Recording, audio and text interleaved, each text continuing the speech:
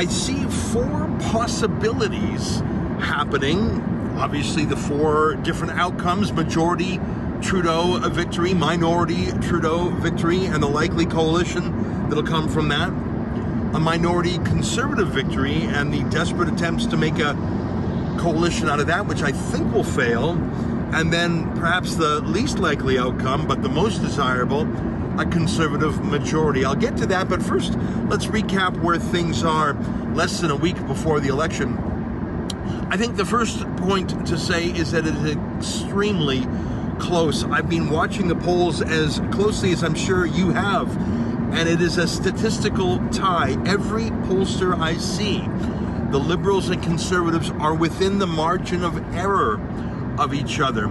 The latest poll I've seen on CBC's poll aggregator, and by that I mean they take all the polls from the different pollsters and they combine them. And that shows the Conservatives ahead for the first time in seat count.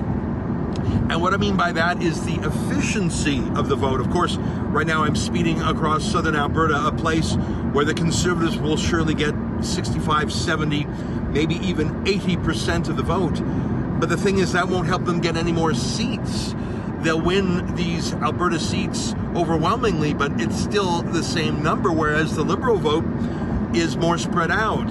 That means their margins of victory are smaller when they win, but a win is a win. And if you win with 35% of the vote, or if you win with 70% of the vote, it's still one seat. The Conservatives are going to rack up supermajorities in Alberta, Saskatchewan, other parts in the prairies, but they'll have a tougher time in Ontario. One decision that Andrew Scheer and his campaign team have made is to distance themselves from Doug Ford. I can understand their thinking in that is the chief attack on them by Justin Trudeau and the Liberals, but I'm not sure if that's really going to peel away voters.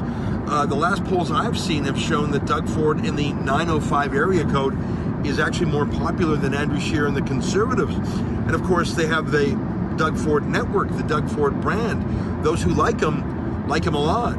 Those who hate him, well, are they really going to vote for Andrew Scheer anyways? It's been interesting. The one debate strategy is one chosen by Justin Trudeau, but I sense he might be regretting it in that he didn't do particularly well, but Jagmeet Singh, a hardcore socialist, let's be honest about that, came across as a genuinely likable guy. I've seen other videos of him recently on different TV shows, even this little video of him making Punjabi poutine. Take a look at this. Friends, you're joining me with a Cooking with Jagmeet episode. This is what we're gonna do today. This is like my Canadian culture here. I'm gonna blend poutine, which there's some debate whether it's Northern Ontario or Quebec. Let's just say Quebec. So I'm blending Quebec with Punjabi background. Do a mashup, which is gonna be my take on poutine, Punjabi, Quebec style.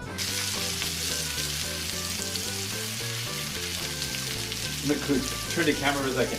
So for the dish, poutine dish. It's the sweet potato. Yeah. We fry the cheese curd, fresh cheese curd, so it still got its sweetness. And then the curry is basically what the base of any Punjabi dish would be. Yeah. So it's like onion, garlic, ginger, with some Punjabi spices. Do a little like a cooking channel mixed in with I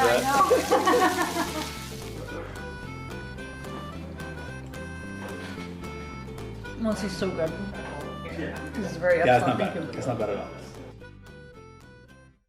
Now, I don't intend to vote for someone just because he can blend Indian food with Quebec food, but I gotta tell you, he's picking up some of that likability vote, that Sunny Ways vote, that hip, young, millennial, progressive vote that Justin Trudeau had a lock on in 2015. I don't think that's going to persuade hardcore conservatives to go over, but it might persuade progressives who were a bit disappointed in Justin Trudeau's blackface and his groping and his two-jet carbon spree. Those are things that might underwhelm and demoralize progressives. Jagmeet Singh is waiting there. He's not yet disgraced like Trudeau is. That's an excerpt from the Ezra Levant Show, which is a show I do every day. I do a monologue, interview an interesting guest, and then I read my hate mail. But you've got to subscribe to it, which you can do at premium.rebelnews.com.